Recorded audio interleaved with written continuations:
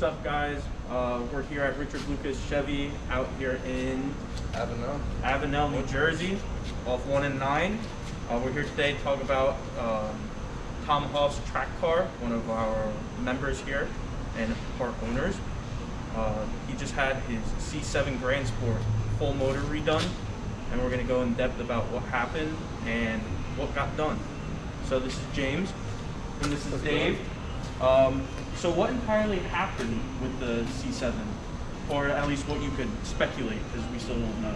Yeah, it looks like 7 and 8 cylinders pretty much had enough. It was locked up solid. When it came in on the tow truck, there was just oil everywhere. So we kind of figured that something major had happened. We got the car in the shop, put it up in the air. From what I could see behind the starter, which would be cylinder 8, it was just completely windowed the block. Not exactly sure what happened. I mean, the car didn't seem to be abused or anything like that from what I could see. But yeah, the motor just was pretty much done at that point. So I had to replace the engine. It was a dry sump car, so the tank, the lines, intake manifold, pretty much everything that had oil into it was contaminated with engine parts at that point. What was the turnaround time for all that to get done? Let's say what, a week and a half? Yeah, it was pretty quick. I mean, pretty quick. Is that a standard thing for you guys to get done, like something in a week and a half or so? It's tough right about now.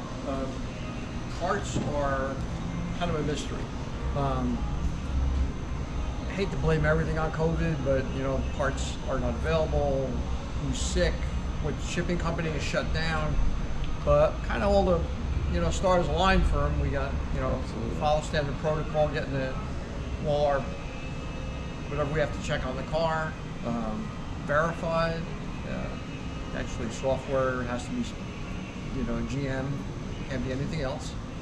Got it in, and we were very lucky that all the parts were in Philadelphia and local, and we were able to get everything pretty much very fast. Mm-hmm. Pre-COVID, was this also standard, or would you expect faster? I gotta say that was a pretty fast turnaround for any We even time. got that engine from Texas too. We have a good supplier out there. Yeah. Awesome. Stuff got, like I said, everything happened just right.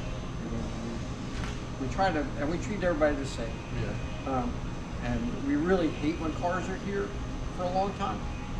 And we ride the parts department pretty hard about getting stuff in and out as fast as we can. Like I was saying, Dave and I, we've been in the industry for a long time. We're both car guys. And we love cars and sports cars, so we know how it is. I mean, no one wants to have their car at a dealer for an extended period of time. And you want to know that you can trust somebody with your car who is a car guy. Absolutely. Not everybody has the same passion as we do, but like I said, we've both been with GM for so long, we kind of know what needs to be what to get it in and get it out. And Dave's a great personable guy. He's great at updating customers and he's really good at his job.